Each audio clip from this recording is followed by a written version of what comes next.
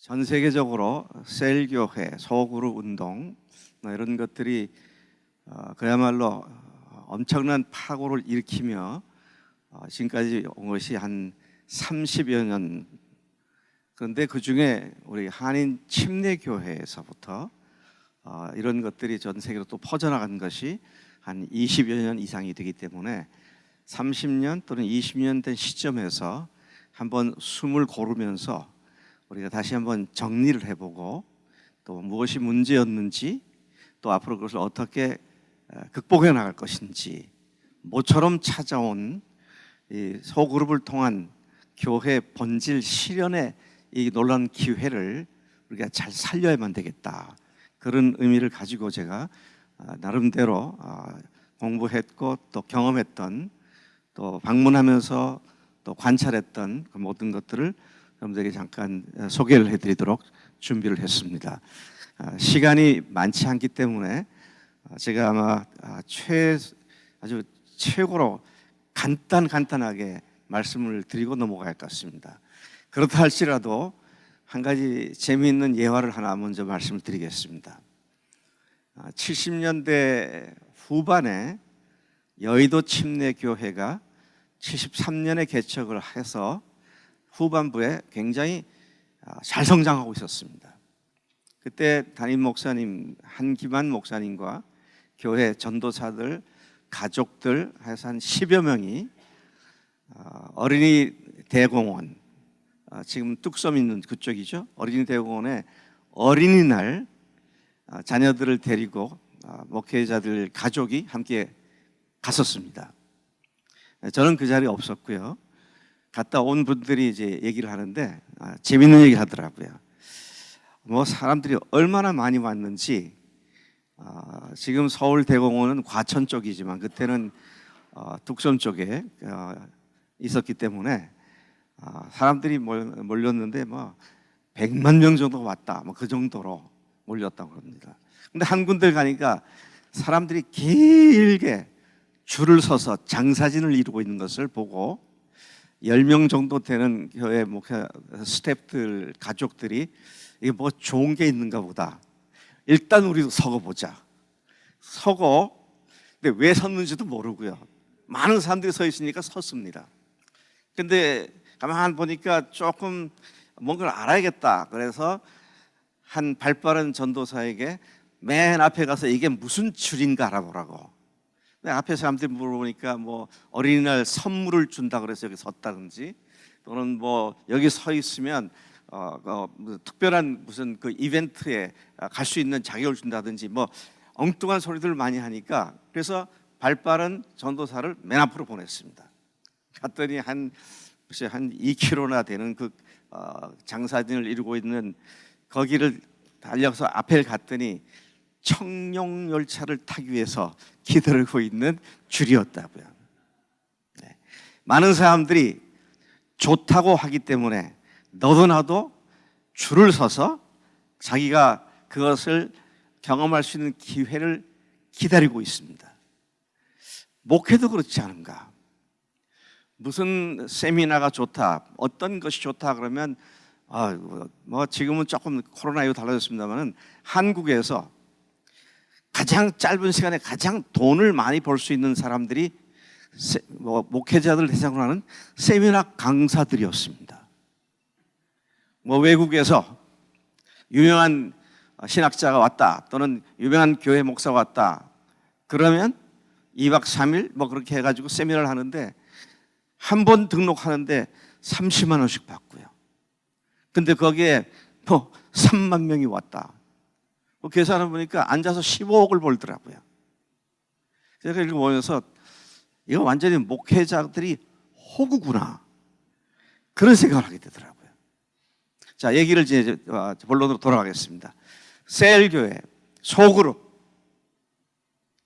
너무나 많은 사람들이 열망을 가지고 나도 우리 교회도 셀교회로 전환하겠다, 소그룹이 갖고 있는 그 놀라운 능력을 우리 교회가 좀 누려야겠다, 열심히 달려왔는데 5년, 10년 지나고 나니까 많은 교회들이 실망을 하고 그냥 주저앉아 버리더라고요. 왜 이럴까? 제가 내린 결론은 이것을 왜 해야 하는지. 근데 이것을 한다 그럴 때는 교회를 위한 것인데, 그럼 교회가 어떤 교회가 돼야 하느냐, 이것과 그 다음에 그 교회의 실체를 이루는 것이 뭐냐 할 때 그건 소그룹이다 하는 것이고요. 그럼 소그룹이 어떤 것이기에, 소그룹에서 무슨 일이 일어나기에 소그룹이 교회를 실체를 경험하는 장소가 되느냐. 마침 이번에 주제가 말씀이 이끄는 소그룹, 소그룹이 이끄는 교회. 그러니까 말씀, 소그룹, 교회, 이 세 주제가 이번 전체 세미나 주제인 것을 제가 보면서 조금 전에 말씀드린 대로 이 세 주제에 대해서 좀 잘 다시 한번 점검을 해봐야겠다, 그렇게 생각을 하고 준비를 했습니다. 그럼 성경에는 교회에 대한 표현이 어마어마합니다. 세상에 어떤 것도 교회를 지칭하며 표현한 것에 비교할 것이 없습니다. 가정을 중요시하는 사람들은 가정이야말로 최고로 중요한 거지만, 성경은 좀 제가 과격하게 성경을 해석하는지 모르지만, 가정은 하나님이 아담을 만드신 뒤에 혼자 사는 건 안 좋으네, 그래서 보충해서 만든 것이 가정입니다. 근데 성경은 교회를 가서 뭐라 그래요? 창세 전부터 하나님 마음속에 품으셨던 것이다 그랬습니다. 세상에 어떤 것이 창세 전에 하나님께서 마음속에 품으셨던 것이 있었는가? 교회밖에 없습니다. 또 만물 안에서 만물을 충만케 하시는 자의 충만이 교회다. 에베소 2장에 그 말씀하고 있는데요, 저는 아직도 이 말씀의 온전한 의미를 다 알지 못합니다. 근데 이 말을 보면 어마어마한 얘기 아닙니까?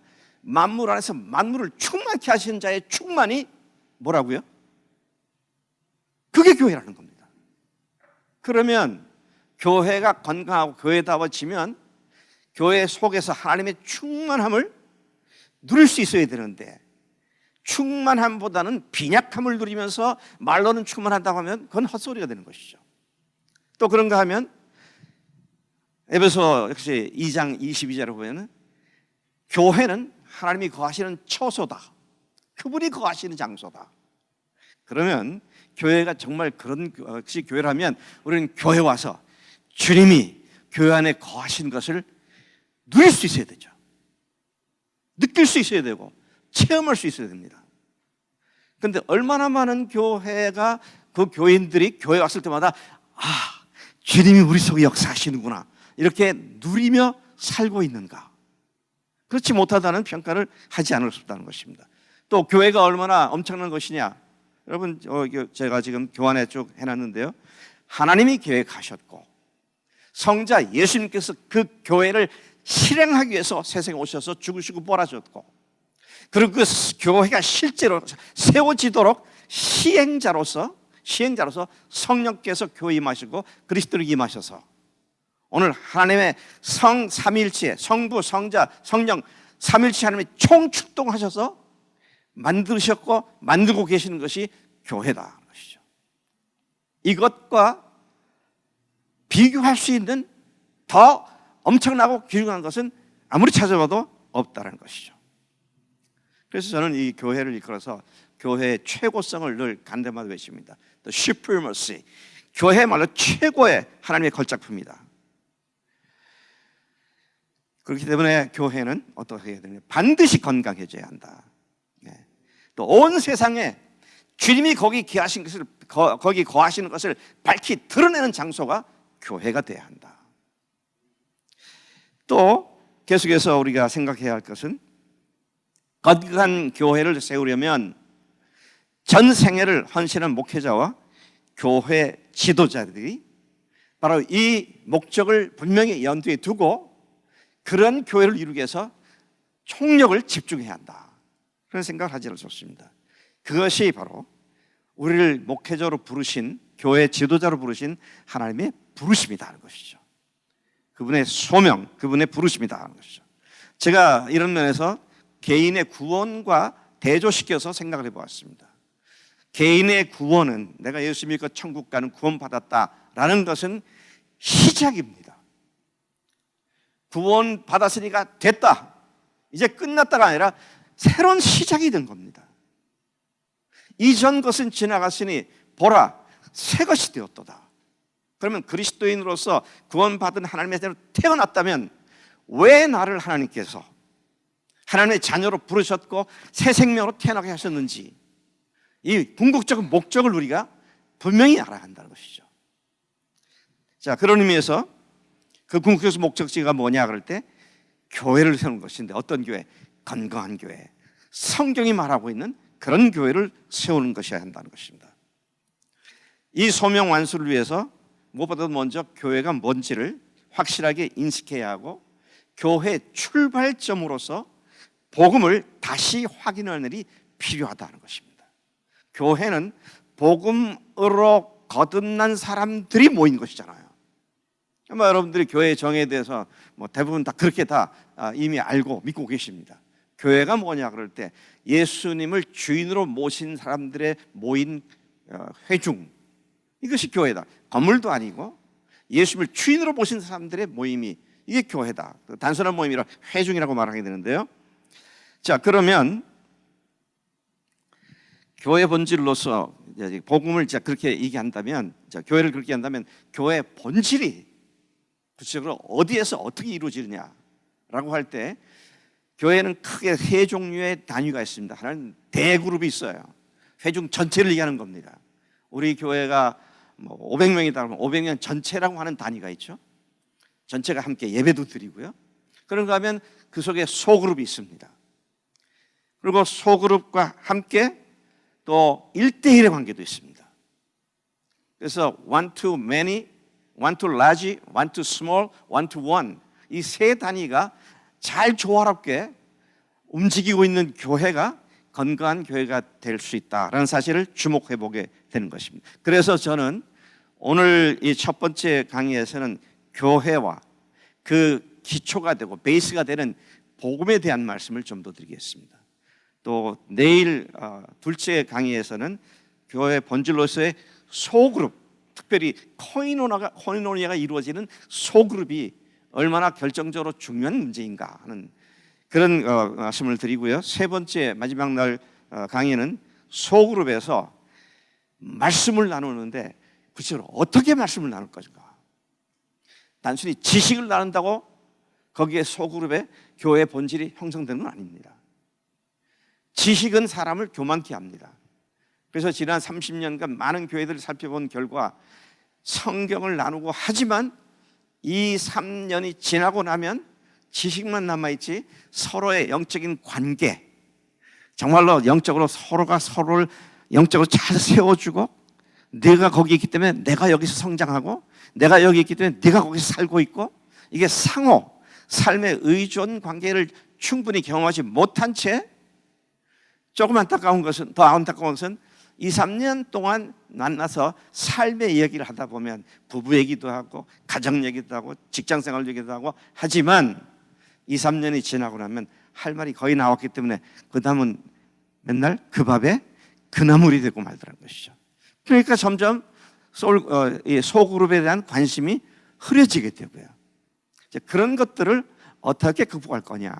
감사하게도 우리 휴스턴 서울교회가 이 부분에 있어서 20년 이상의 쪼그라들지 않고 계속 펼쳐져 가는 이런 가정교회를 잘 이끌어 가셔서 전 세계 수많은 교회들이 뒤를 따라오고 있고, 또 그런가 하면 지난번에 우리 저자들 주강사들 줌 미팅에서 우리 이윤상 선교사님이 제가 우리 교회에서 했고 또 이렇게 가르치고 있는 내용과 비슷한 그런 나눔을 하는 것 같더라고요. 그래서 이번에 여기 와서 좀 다시 확인해 봐야겠다.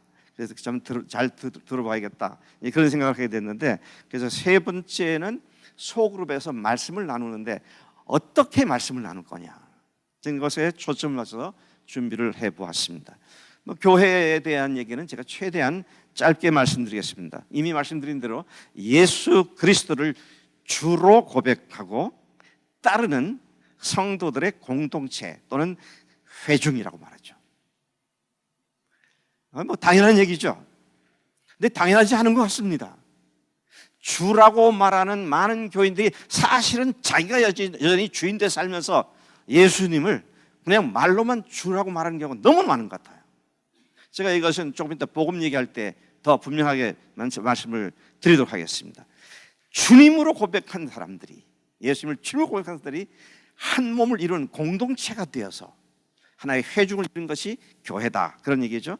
그래서 여기는 두 가지 개념이 있습니다. 뭐 제가 이건 간단히 언급만 하면 넘어가겠습니다. 하나는 무형의 교회죠. invisible, 비가시적인, 눈에 보이지 않는 교회. 곧 예수님 때부터 시작해서 다시 오실 때까지 모든 믿는 사람들의 총체가 비가시적인 교회이지 않습니까? 그건 뭐 침례교, 장로교, 감리교 없습니다. 오직 예수 믿는 사람들이 하나의 교회, 그 교회의 완성을 위해서 지금도 역사가 계속 진행되고 있죠. 또 두 번째로는 유형교회 또는 가시적 교회, 이건 로컬 처치를 말합니다. 우리가 여러분께서 목회하시고 몸담고 계신 교회, 지역교회를 말하는 것이죠. 근데 문제는 우주적인 교회, 비가시적인 교회 개념은 분명히 성서적인데, 그런데 아쉬운 것은 그런 교회 개념이 추상적일 수 있다는 겁니다. 영어로 말하면 tangible 하지가 않아요. handable 하지가 않습니다. 근데 로컬 처치는 우리가 실제 몸을 담고 그 속에서 부딪히면서 거기에 계신 주님을 만나기도 하고 주님을 만난 형제로부터 도전도 받고, 그래서 함께 세워져가는 너무도 소중한 장소가 그 지역교회고요. 지역교회를 할지라도 벌써 100명, 200명 넘어가면 서로 interrelationship, 상호 관계를 맺을 수 없습니다. 그런데 소그룹 속에서 이것이 이루어지기 때문에 교회 본질이 실현되는 장소가 소그룹이다, 이제 그렇게 이야기를 할 수가 있는 것이죠. 그래서 오늘 팬데믹 이후에 교회에 출석하지 않고 줌으로 예배를 드리고, 그거 완전히 사기당하고 있는 겁니다. 마귀한테 사기당하고 있는 거예요. 그럴 수가 없습니다. 그건 교회라고 말할 수 없어요. 그래도 말씀을 듣고 예배하는 게 괜찮지 않느냐? 글쎄, 기독교 신앙이라고 하는 형태를 유지한다고 말할 수 있지만 신앙의 본질로서는 전혀 경험할 수 없는 그런 것이 되고 만다는 것이죠. 자, 이 교회가 제가 지고성, 슈퍼머시를 최고로 높은 지고성이라고 말했는데요. 아까 말씀드린 대로 교회 기원이 창세 전이고 하나님의 가슴이 교회 기원의 장소다. 또 교회는 예수님의 생명의 대가를 지불하시고 세워진 것이 바로 교회다. 세상에 예수님의 생명만큼 가치 있고 귀중한 게 어디 있습니까? 아무도 없잖아요. 그런가 하면 교회는 성령 하나님께서 내주하심으로 세워져 가고 있다는 것이죠. 그분의 임재가, 성령님의 임재가 우리들과 함께 있으면서 교회를 세워가고 있다. 사람들의 노력이 아니라 성령께서 우리 속에서 그 일을 해가고 있다, 이런 말씀이고요. 또 제가 이런 얘기를 했다가 청년들한테 몇 번 질문을 받았는데, 교회는 온 우주 역사의 중심에 있다는 사실입니다. 제가 이런 얘기를 했더니 어떤 세미나에서 청년이 교수님, 그건 너무 지나친 편협한 얘기 아닙니까? 그래서 제가 왜 편협하다 그러느냐 하니까, 교회가 온 우주의 중심이라 그러면 그게 정당성이 확보가 될 수 있습니까? 그래서 제가 설명을 했습니다. 이 세상은 종말을 해서 가고 있다. 그때 주님이 오신다. 근데 주님이 언제 오시느냐? 복음이 땅까지 전파돼서 믿어야 할 사람들이 마지막 사람까지 믿게 될 때, 그때 교회가 완성된다. 그 교회가 완성될 때 주님이 오신다 그랬다. What's wrong? 뭐가 문제냐? 그래도 그건 아닌 것 같은데, 그럼 너는 그럼 뭔 줄 아냐? 모르죠. 모르면 가만히 있어. 제가 그렇게 핀잔을 준 적이 있습니다. 여러분, 교회론에 있어서 우리가 어떤 교회에 대한 관점을 갖고 있고 어떤 교회를 지향하고 있느냐 하는 것은 오늘 내가 어떤 목회를 하고 있느냐, 너무도 직결되는 얘기가 아닐 수 없다는 것입니다. 여러분 한 걸음 더 나가서요. 참으로 이건 가슴 떨리는 얘기인데요. 교회는 삼일째 하나님과 영원히 하나가 될 것입니다. 제가 요한복음 17장 21절 읽다가 얼마나 놀랐는지 말이죠. 아버지요, 아버지께서 내 안에, 내가 아버지 안에 있는 것 같이 저희들도 다 하나가 되어 우리 안에 있게 하사 세상으로 아버지를 믿게 하옵소서. 교회가 성부, 성자, 성령에 대한 표현은 거기 안 나와 있지만 삼일체 하나님 속에 들어감으로 말미암아 세상이 교회를 보고 아버지를 믿게 해달라고 말이죠. 참 어마어마한 기도를 주님께서 하셨더라고요. 여러분, 목회자로서 또는 교회 지도자로서 또는 교인으로서 교회의 일꾼으로 부르심을 받았다 하는 것은 다른 말로 바꾸면 하나님의 동력자가 되었다는 것입니다. 어마어마한 사건이죠. 전 지금도 이것만 생각하면 자다가도 벌떡 일어나서 감사하지 않을 수 없어요. 나 같은 존재가 하나님의 동력자가 되었다. 하나님의 일꾼이 되었다. 미국에서만 제가 알기로 1,400만 부가 팔린 것으로 제가 알고 있는데요. 그 하나님을 경험하는 삶이 있잖아요. 한국에서도 그게 60만 부가 팔렸어요. 성경 공부 교재로 그렇게 팔린 책이 없습니다. 헨리 블랙가비가 만든 책이죠. 지은 책입니다. 근데 그 책에도 보면 하나님이 일을 하고 계십니다. 근데 하나님께서 사람들과 관계를 맺으셔서 십자가 부활로 우리를 하나님의 자녀로 삼아주시고 하나님의 일하신 쪽으로 우리를 초청하시죠. 그럼 우리가 갈등을 하다가 그 다음에 순종을 해서 하나님이 하시는 일에 동참을 하면 하나님을 경험하게 된다. 이게 하나님을 경험하는 7가지 실체로 그림을 우리가 배웠지 않습니까? 하나님과 하나가 되는 교회의 영광스러움이 우리에게 약속되어 있다. 그래서 저는요 100번 죽었다 깨어나도 너 뭐 할래? 목사 되겠습니다. 제가 그렇게 얘기를 합니다. 근데 제가 100번 깨어날 수는 없잖아요. 네. 그래서 가만히 생각하니까 제 아들이 목사가 되면 첫 번째 깨어난 것이고 제 손주가 목사가 되면 두 번째 깨어난 것이고 그래서 제가 푸시는 하지 않지만 약간의 암시를 하면서 제 손주 보고 목사가 되지 않겠느냐. 그래도 감사한 거는요. 저는 싫어요. 그러지 않고 기도해 볼게요. 그런다고요. 교회를 세우는 일에 하나님과 동력자가 되어서 그분의 교회를 완성시키는 일에 부르심을 받고 달려간다. 이건 단순히 한편의 설교 듣고 은혜 받아 이런 문제가 아닙니다. 그런 걸 위해서 은혜를 받는 것인데 정작 왜 은혜를 받느냐고 그 궁극적인 목적은 잊어버리고 있는 많은 교인들을 보면서 근데 그 책임이 누구냐? 목회자들이 있는 거 아닙니까?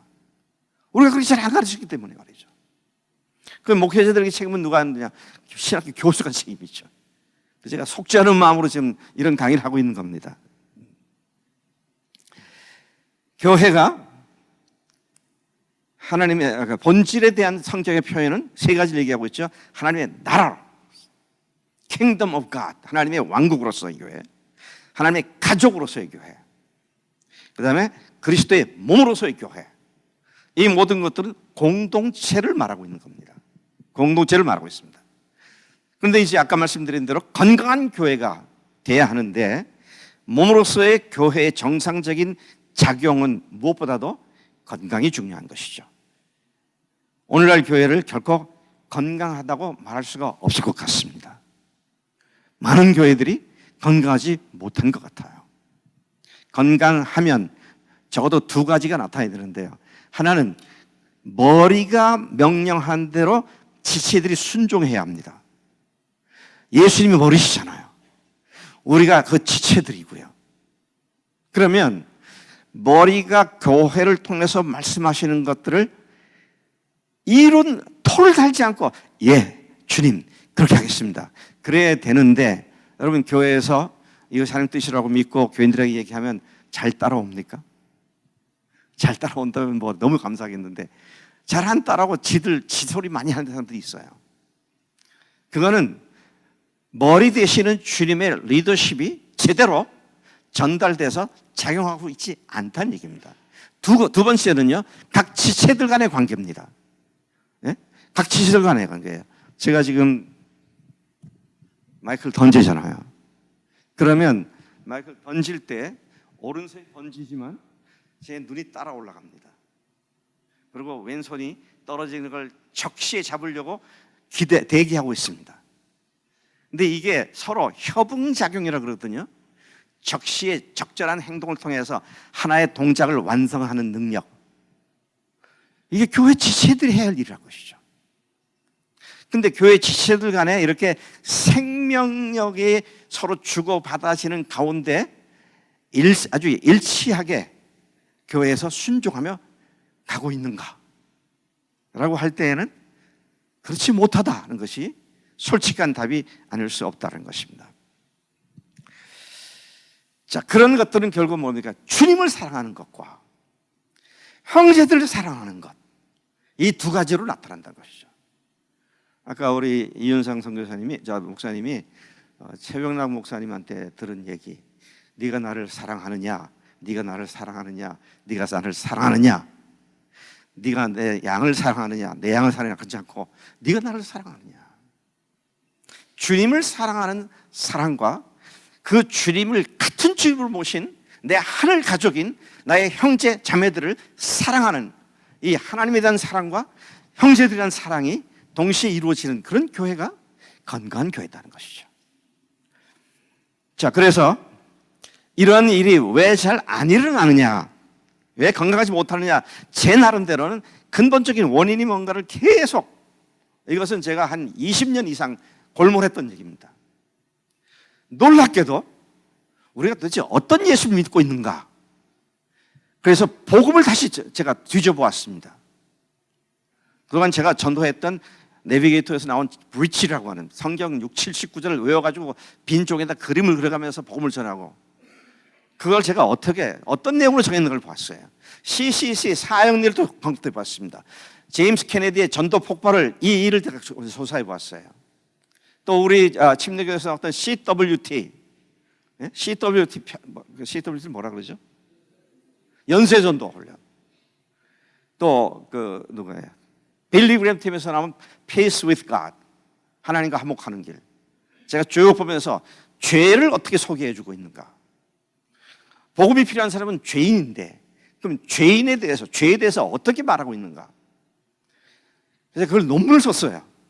죄에 대해서는 어떻게 얘기하고, 십자가에 대해서는 어떻게 소개해주고 있고, 부활에 대해서는 어떻게 얘기해주고, 회개에 대해서는 어떻게 얘기하고 있고, 그리고 영접을 어떻게 시키도록, 어떤 주님으로, 어떤 분으로 영접하게 하는가. 그거를 제가 분석하고 크리티컬하게 비판적으로 분석을 하다가 거의 제가 까무라칠 뻔했습니다. 이렇게 허접한 복음을 내가 전하고 있었단 말이야? 너무 놀란 거예요. 그래서 이 얘기를 다 제가 할 수는 없고요. 그 5가지의 뭐가 허점이었는지, 그래서 내가 이걸 다 정리해서 그다음에 신학대학원 학생들 이걸로 전도 훈련하고 보니까 얼마나 분명하게 복음이 전해지는지, 예수님을 영접한 전도 보고서를 보내왔는데, 자기 남편이, 자기 아내가, 자기 아버지가 예수님을 주님으로 고백하는 그런 변화가 오더라고요. 그래서 제가 너무 귀해서 자랑스럽게 생각하고, 그러다가 주님께서 어느 날 그러시더라고요. 너 지금 몇 살이냐? 60이 넘었습니다. 너 언제까지 네 혼자 돌아다니면서 강의할 수 있느냐? 그건 못하죠. 그럼 책을 써라. 예, 알겠습니다. 그 책을 썼습니다. 제가 20년간 골몰 했던 거니까 금방 썼어요. 3개월 만에 탈고를 했습니다. 그래서 또 한국의 그래도 기독교 출판사 중에 명성이 있는 두란노 서원하고 또 규장 출판사에다가 원고를 보냈더니, 그 인터넷에서 뭐라고 돼 있냐면, 원고가 오면 한 4주 내지 5주 동안 원고를 거기에서 읽어보고 출판할 가치가 있다 하면, 그 말은 뭐냐면 잘 팔릴 것 같으면 그다음에 인쇄를 출판을 하겠다 안 하겠다를 알려주겠다. 그래 보냈는데 일주일 만에 교장에서 연락이 왔어요.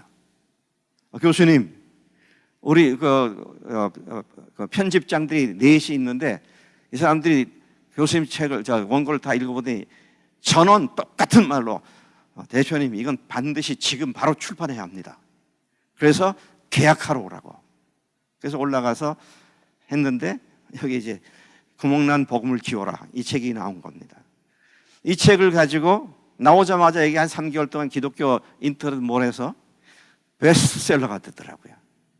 그 제가 이게 베스트셀러가 됐다는 얘기를 듣고 헛웃음이 나왔습니다. 내가 무슨 문필가도 아니고 문장력이 뛰어난 것도 아닌데 어떻게 내 책을 사람들이 이렇게 많이 사보나.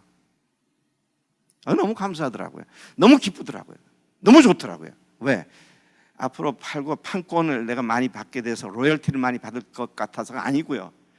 사람들이 자기 돈을 주고 복음을 사서 읽는다. 이게 너무 신기한 거예요. 그래서 읽은 사람이 또 단서 소개하고 계속 책이 팔리더라고요. 근데 어느 날 주님께서 또 말씀하세요. 너 한국어로는 그렇다지만 세계 너 여러 나라 다니면서 너 보지 않았느냐? 복음을 제대로 알고 있는 나라가 얼마나 되느냐? 글쎄 주님, 참 심각한 상태입니다. 그랬더니 그거 각 나라 언어로 번역 출판해라. 저는 아무 생각 없이 네, 그렇게 하죠. 근데 나중에 생각해 보니까요, 이거 번역비도 줘야 되고 출판비도 줘야 되고 이 돈이 보통 드는 게 아니잖아요. 게다가 번역자를 또 잘 찾아야 되고 이게 보통 작업이 아니더라고요. 근데 너무 신기한 건 그날 이후 한 2년 이내에 제 책을 번역하자고 덤벼든 선교사들이 10여 명 이상이 나오더라고요. 그럼 번역자가 있느냐? 이런 사람이 있다. 그러면 하자. 근데 돈 얘기는 없었죠. 그래서 제가 기도하는 가운데 너 내일 지금까지 돈 따져서 해본 일이 있느냐? 하라고 하면 네가 순종하면 내가 다 했지. 예, 주님 알겠습니다. 그래가지고 지금까지 8개국 언어로 번역 출판됐어요. 근데 너무 신기한 건 영어본을 만들 때는 돈이 제일 많이 들겠구나. 저기 선교지는 싸더라고요, 상대적으로. 근데 영어는 이게 뭐 인건비도 비싸고 그래서 조금 돈이 많이 들겠다 그랬는데 저한테 한번 물어보세요. 우리 정수관 목사님, 영어 책을 출판하는데 돈이 얼마 들었냐? 그럼 물어보세요.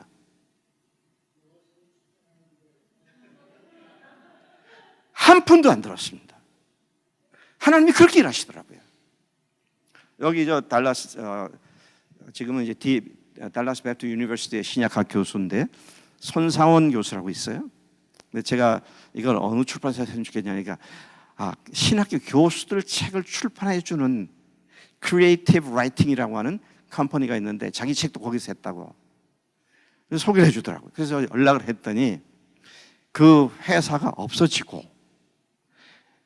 아마존이 그 회사를 합병을 했더라고요. 그러니까 아마존이 자기들이 출판해 줬다는 거예요. 그래서 이 돈이 도대체 얼마 들까 했더니 돈 안 든다는 거예요.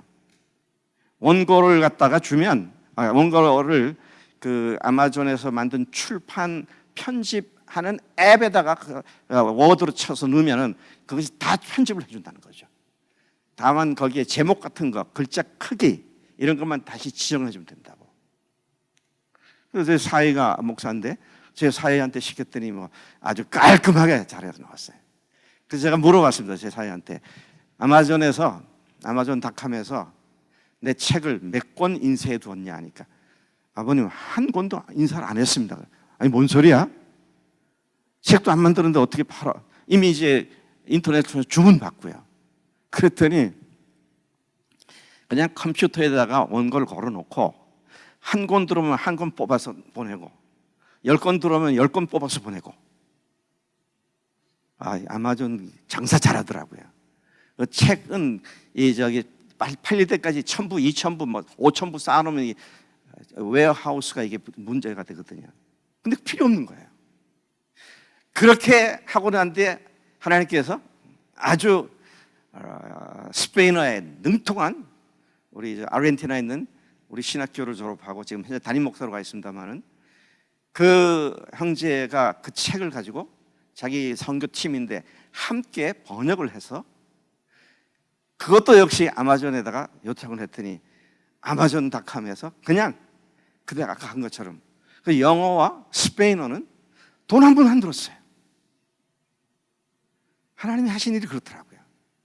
자, 그러면 제가 이 책이 그렇게 의미 있게 나왔다는 걸 말씀드리기 위해서 조금 장황하게 말씀드렸는데 핵심만 이제 말씀드리고 마치겠습니다. 복음을 얘기할 때 우리는 항상 먼저 죄를 얘기하지 않습니까? 당신이 죄인입니다. 주로 그때 우리가 사용하는 것이 뭐냐면 로마서 3장 23절을 얘기하죠. 모든 사람이 죄를 범하였으며 하나님의 영광에 이르지 못하더니. 그래서 그때 지은 죄가 뭐냐를 얘기할 때는 창세기 3장 5절을 얘기합니다. 마귀가 와가지고 네가 이것을 따먹는 날에는 하나님같이 되어서 눈이 밝아져서 선악을 알게 될 거야. 근데 그 말을 들은 아담과 하와가 어떻게 했습니까? 따먹었는데 따먹은 죄가 뭐냐? 하나님께서 따먹지 말라는 걸 따먹은 불순종의 죄를 졌다. 저도 그렇게 얘기했었어요. 근데 3장 5절에 보면 불순종보다 비교도 안 되고 어마어마한 죄악이 있는데 그거는 언급이 안 되고 불순종으로 설명하고 말더라고요. 여러분 거기 뭐라고 했어요? 이 과일을 따먹는 날에는 네가, 마귀가 하는 얘기입니다, 하나님과 같아져서 You will be like God 그랬어요. 네가 하나님과 같아져서 선악을 알게 될 거다. 그러니까 선악을 알게 된다는 것 이전에 먼저 네가 하나님 되는 거야. 네가 하나님같이 되는 거야. 근데 이 이야기를요, 마귀란 놈이 하늘나라에 있을 때에 그 마귀란 놈이 지가 한 소리거든요. 이사야 14장 14절에 보면 내가 지존자와 지극히 높은 자와 같아지리라. I will be like the most high. I will be like the most high. The God. 가시라는 얘기잖아요. You will be like God. 똑같은 얘기입니다. 근본적인 죄라고 하는 것은 하나님이 아닌 자기가 하나님 자리에 올라가서 자기의 삶을 자기 마음대로 주관하며 자기의 삶의 주인이 되어서 자기가 하고 싶은 대로 하는 삶, 자기가 생각하는 대로 하는 삶, 자기 느낌대로 하는 삶, 자기 기분대로 사는 삶, 이것이 하나님과 같아진 죄다 것이죠. 근데 아까 말씀드린 5가지 전도지를 쭉 보니까 이거를 명쾌하게 언급하고 있는 전도지가 아무도 없다는 겁니다. 그러니 회개에도 하나님과 같아졌던 이 근본 죄를 회개해야 되는데 뒤에 가서 회개하는 것이 매우 애매모호하고 막연하고 추상적으로 하나님 지금까지 잘못했습니다. 앞으로는 회개하고 주님 앞에서 바로 살겠습니다. 회개가 아니에요, 그거는요. 뭐 굳이 좀 너무 극단적으로 말할지는 모르겠지만 repent가 아니고 repentance가 아니라 regret예요, regret. 후회하는 정도예요. 왜 그런 일이 있었느냐? 죄가 뭔지가 제대로 소개 안 됐다는 것이죠. 여러분, 왜 목사님들 세계에도 그렇게 많은 싸움이 있고 문제가 있습니까? 다 자기가 주인 돼서입니다. 주님이 말씀하시면 그냥 순종하면 되는데 내 생각 옳다고 내가 원하는 대로 대한다고 조금 나쁜 의도를 갖고 내가 원하는 쪽으로 정치적으로 뒤틀기 위해서, 그건 주님이 하시는 게 아니죠. 내가 하는 거죠. 그래서 예를 들어서 100명이 있다 그러면요, 100개의 선과 악이 작용을 하는데 하나 질문해 보겠습니다. 선악과를 따먹은 뒤에 아담과 하와가 선악을 알게 되었습니까? 되지 않았습니까? 네가 먹으면 네가 하나님같이 되어서 선악을 알게 된다 그랬잖아요. 알게 됐어요? 모르게 됐어요? 알게 됐습니다. 어떻게 해요? 뭐가 선이냐? 나한테 좋으면 선입니다. 나한테 나쁘면 악이에요. 선악의 기준이 자기가 되어버렸습니다. 100명이 있다 그러면 100개의 선악 기준이 다 달라요. 그래서 서로 충돌하고, 그래서 뭐 세상에 얼마나 많은 문제가 있습니까? 자, 첫 번째 문제가 죄인데, 이 죄라고 하는 것이 지금 말씀드린 대로 근본 죄는 하나님이 아닌 자기가 하나님 자리에 올라간 것이죠. 그래서 그런 사람들, 죄인들의 삶의 특징이 뭐냐면 I, my, me, mine, 내가, 나를, 나에게, 나와, 그렇게 되죠. 그 토시를 다 빼버리면 나 그러고 사는 거예요. 이거를 회개하지 않으면 구원받을 길이 없습니다. 근데 십자가는 제가 보니까 구멍이 거의 없더라고요. 왜? 그동안 우리가 십자가를 너무 잘 설명했어요. 그래서 십자가에는 구멍이 없고, 조금 아쉬운 게 있다면 십자가에서 단번에 모든 죄를 완전히 영원히 사함받았다고 사죄받은 것을 우리가 믿고 있지만, 예수 믿고 난 뒤에 지은 죄를 처리 못해가지고 전전긍긍하고 있는 너무 많은 사람들이 있더라고요. 너무 아쉽더라고요. 설명은 잘했는데 그게 실제 내 삶 속에서는 또 지은 죄들에 대한 처리가 안 되는 이런 문제가 있더라고요. 제가 시간이 많지 않으니까 그것까지는 오늘 지금 얘기하지 않겠습니다만, 세 번째 복음의 핵심적인 요소가 부활이지 않습니까? 제가 여기 새누리교회 와서 보니까 앞에 부활의 능력에 순종하는 교회, 제가 이 복음에 있어서 십자가는 말할 것도 없고요, 부활이 복음의 절반이라는 사실을 알고 난 뒤에는 부활이 얼마나 소중하게 여겨지는지 말이죠. 십자가에서는 우리가 죽었습니다. 우리 죄 때문에 예수님께서 죽었어요. 근데 부활을 통해서는 그분과 함께 새로운 피조물로 다시 살아났습니다. 그러니 이제는 죽은 옛사람과는 상관하지 않고, 이제 주님과 함께 다시 살아난 새 생명 가운데 있는 내가 주님과 함께 살아가는, 이게 이제 부활의 능력인데, 그건 뭡니까? 내가 주인이 아니라 예수님이 주인 된 삶을 사는 것이 바로 이게 부활의 능력인데, 이런 것들이 복음 안에서 제대로 잘 전달되지 않고 있었다는 것이죠. 여러분, 예수님께서 부활하신 사건은 그분이 하나님이심을 증명한 사건이었습니다. 네? 하나님이라는 사실을 증명한 거예요. 모든 사람이 죄인이라고 했잖아요. 죄의 삭은 사망이기 때문에 모두가 죽습니다. 그렇죠? 좀 안 된 말이지만 앞에 계신 우리 목사님, 사회 보신 목사님도 언젠가 죽으실 거예요. 기분 나쁘세요? 예, 저도 죽을 겁니다. 왜요? 왜 죽습니까? 죄 때문입니다.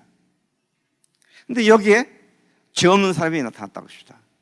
여기 죄 없는 사람이 있으면 죽을까요, 안 죽을까요? 왜 안 죽습니까? 죽음의 원인이 없으니까. 죄가 없으니까. 근데 인류 역사상 그런 사람 아무도 없잖아요. 근데 어느 날 예수님 오셔가지고 내가 하나님이다. 유대인들이 예수님을 죽인 이유가 예수님이 자기가 하나님이라고 그러니까 죽인 거 아닙니까? 그분이 하나님이면 죽어야 합니까? 죽지 말아야 합니까? 죽지 말아야죠. 하나님이 어떻게 죄가 있을 수 있습니까? 근데 죽으셨어요. 죽으셨다고요. 그럼 그분의 죽음은 뭐와 관계가 있습니까? 뭐 때문에 죽으셨어요? 죄 때문이죠. 우리 죄 때문인지 그분 죄 때문인지 몰라요, 아직. 죄 때문에 죽으셨어요. 근데 그분 자신은 죄가 없으신 분이기 때문에 죽음이 그를 영원히 가둬둘 수 없었기 때문에, 죽으신 것은 분명히 죄 때문인데 그 죄는 우리 죄 때문이었고, 그분이 다시 부활하심으로 말미암아 그분은 죄가 없으신 하나님이셨다는 사실을 부활이 증명해 준 것이죠. 그래서 여러분, 사도행전 17장 31절에 하나님께서 그를 죽은 자 가운데서 다시 살리신 것으로 모든 사람에게 믿을 만한 증거를 주셨다 그랬습니다. 이 부활을 믿음의 근거로 확실하게 잡으면, 조금 잘못하면 또 죄 짓고 하면 내가 정말 구원받았나, 이런 문제로 다시 전락하지 않습니다.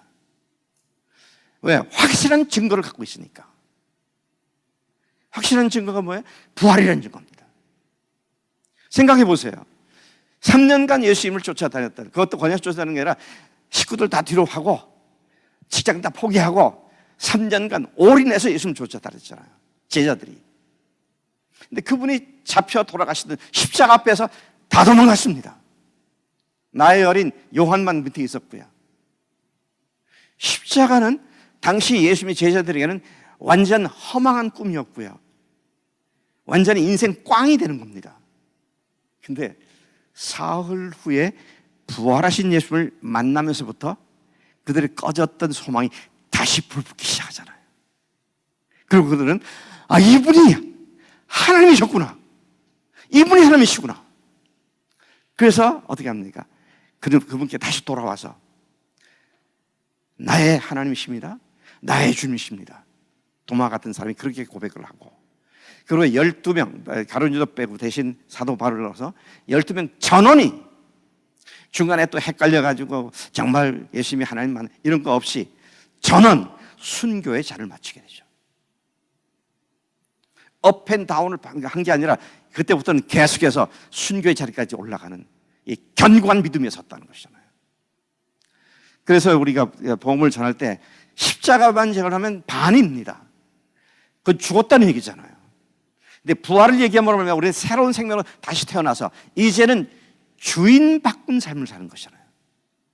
자, 그러면 죄를 그렇게 이해했다면 회개할 때, 그 죄를 회개할 때 죄가 어떤 죄입니까? 회개해야 할 죄가 내가 하나님 자리에 올라간 죄, 내가 주인 된 죄입니다. 내 마음대로 사는 거예요. 그게 회개되지 않고 그동안 내가 다른 사람 앞에 욕했고 미워했고 싸웠고 이런 거 회개한다고 하나님 앞에 제대로 회개하는 것이 아니다는 것입니다. 우리가 하나님과 원수되었다고 그랬어요. 왜? 하나님을 향해서 죄를 졌기 때문입니다. 근데 그 하나님을 향해서 죄를 지은 것이 하나님을 여기지 않고 자기가 하나님 자리로 가서 자기가 자기 주시는 노릇하면서 세상을 마음대로 자기가 조작하고 살아가는, 이것이 죄인데, 회개한다는 건 자기가 주인 된 죄를 회개하는 거잖아요. 자, 그러면 보세요. 길게 설명할 필요도 없습니다. 그분을 나를 위해서 죽으신 하나님으로 믿었고 내가 주인 된 죄를 회개했다면 예수님을 내 마음과 내 삶에 어떤 분으로 영접합니까? 주님으로 영접하는 겁니다. Not just simply Savior, 아닙니다. The Lord, Curious. 그분으로 얘기합니다. 처음부터 복음을 믿을 때 이 주님 되심을 분명히 얘기하면 이 사람들의 이 업앤다운한 시간들을 얼마든지 줄일 수 있고요. 더 빨리 그리고 속히 잘 성장할 수 있도록 도울 수가 있다는 것이죠. 저는 지금 논리적으로 정리하고 말씀드리는 거 아니고요. 이걸 갖고 제가 정리한 뒤에 신학대학원 학생들 또 학부 학생들 이걸 갖고 전도 실습을 시켰고, 그 전에 제가 전도 실습 시켰지만 이후에 전도 실습을 하고 난 뒤에는 학생들이 너무너무 기뻐하고 변화돼서 자기를 통해서도 somebody가 눈물을 흘리면서 자기가 주인 된 죄를 회개하고 예수님이 주인 되었다고 말이죠. 바른 출발을 하게 된 겁니다. 근데 많은 경우에는 예수님을 구세주로 믿었는데 주님께 순종하는 건 잘 안 되니까 이렇게 믿음이 성장하다 보면 어느 날 예수님께 내가 굴복하는 날이 오겠지. 근데 그게 언제 가느냐? 죽을 때까지 가도 안 옵니다. 그분이 주님이시라는 사실 앞에 무릎 꿇고 그분이 내 삶의 하나님이시라고 고백하게 되면 그때부터 성령님께서 우리 속에 오셔서 우리 삶을 그분의 능력으로 변화시켜주는 일을 하신다는 것이죠. 그래서 예수 믿는 게 뭐냐? 그리스도인 된다는 게 뭐냐? 저는 아주 단순하게 얘기합니다. 자기 인생의 주인 바꾸는 거다. 자기 인생의 주인 바꾸는 거다. 주인 안 바꾼 사람이 어떻게 주님을 이렇게 순종할 수 있겠어요? 제가 오늘도 여기서 가는 데만 하는 게 있는데요. 제가 여기는 없습니다만은, 제가 크레딧 카드를 누구한테 좀 맡기고, 제가 질문하는 질문에 아주 제가 원하는 답을 잘 해주시면 제 이 은행 카드에서 3,000불을 뽑아서 드리겠습니다. 우리 이수관 목사님, 제가 좀 목사님 손에다가 이렇게 좀 의탁을 해놓겠습니다. 제 마음 변하지 않도록. 자, 질문이 이겁니다. 성경에는 예수님을 믿으면 구원받는다는 구절들이 많이 있습니다. 특히 신약에 많이 있죠. 벌써 여러분들 머릿속에는 어떤 구절들이 딱 떠오르고 있을 겁니다. 근데 그 구절들 중에, 믿으면 구원받는다는 구절들 중에 구세주를 믿어라, 구주를 믿어라, 예수를 구세주로 믿어라, 예수를 구주로 믿어라, 그러면 네가 구원을 받을 것이다 라고 말씀하고 있는 성경 구절 한 구절에도 알고 계시면 저에게 말씀해 주시면 이수관 목사님이 내일 아침에 그거 3,000불 그 뭐죠? ATM에서 꺼내가지고 주시면 될 것 같습니다. 자, 3,000불 누가 보시겠어요? 벌써 다 눈치를 채시는 것 같다네. 아무도 대답 안 하시고 한 구절도 없습니다. 제가 부산에 가서 어떤 장로교에서 했더니 한 앞에 앉아있는 한 50대 후반쯤 되는 여자 집사님인 것 같아요. 제가 말이 떨어지기가 무섭게 목사님, 제가 말씀드리겠습니다. 얼마나 확신차게 얘기하는지. 아이고, 그때 제가 자동차를 경품으로 얻었거든요. 제가 타고 간 자동차를. 와, 오늘 내 차가 날아가는구나. 그래서 어디냐고 말해보라 그랬더니 목사님 사도행전 16장 31절 제가 그 말하는 밤에 안심을 하게 됐어요. 한번 암송해 보라고. 주 예수를 믿으라. 스톱. 예수를 어떤 분으로 믿으라고요? 구주가 아니네. 그루스가 그랬다고요. 여러분, 성경은요 주 예수 믿으라고 그랬고요. 또 전도할 때 우리 많이 생각하는 로마서 10장 9절에 뭐라고 했습니까? 네가 만일 내 입으로 예수를 주로 시인하면, 누구든지 성령을 하지 않고는 예수를 주시라 할 수 없다. 부활을 증거했던 사도들에게 유대인들이 막 공격하고 덤벼드니까 너희들이 십자가에 매달아 죽인 예수를 주와 그리스도가 되게 하셨다. 여러분, 베드로전서 3장 15절도 많은 분들이 암송하지 않습니까? 너희 속에 그리스도를 주로 삼아 뭐로 삼으라고요? 그리스도를 주로 삼아 너희 속에 있는 소망에 관한 이유를 묻는 자들에게 대답할 말을 항상 예비하되 온유와 두려움으로. 제가 제 말을 오해하지 마세요. 성경에는 예수님이 구세주다, 예수님이 구주다라는 말이 없다, 그런 말이 아닙니다. 그런 말이 있지만 그분을 이런 분으로 믿으면 구원받는다 하는 데에서는 구세주로 구주라는 말이 없다는 겁니다. 이상하지 않습니까? 하나님께서 성경을 기록하게 하실 때 성경을 기록하는 기자들이 영감하셔가지고 예수를 믿으면 구원받을 때 거기다가 다 주라고 쓰고 있잖아요. 주라고. 그럼 우리가 복음을 전하는 메인 메시지의 메인 아이디어는 He's the Lord, 그분이 주님이시다는 겁니다. 근데 주님이 아니고 일단 죄 용서해 주시는 구세주로 믿고 그 다음에 나중에 주님으로까지 성장하고, 아닙니다. 아니에요. 성장의 문제가 아니고 출생의 문제입니다. 처음부터 그분을 주인으로 모신 자로 출생하게 될 때 아까 말씀드린 것처럼 성장은 정말로 쭉쭉쭉 우후죽순처럼 잘 성장하게 되죠. 그런 사람들이 모여서, 주인 바뀐 사람들이 모여서 셀을 하고 소그룹에서 말씀을 나누고 할 때 서로 공감이 이루어지고요, 함께 공명이 이루어져서 서로가 서로에게 큰 도전과 은혜가 되는 거죠. 자, 제가 교회에 대한 말씀드렸고요, 또 교회가 어떤 사람으로 구성되느냐 할 때 예수님을 주로 모신 사람들이다. 근데 그동안 우리가 전했던 복음 전도지를 보면 예수님을 구세주로 주로 소개했지 주로는 소개하지 않았었다. 그래서 이것부터 바꾸면 여러분들 목회에 놀라운 변화를 경험하게 될 줄로 믿습니다.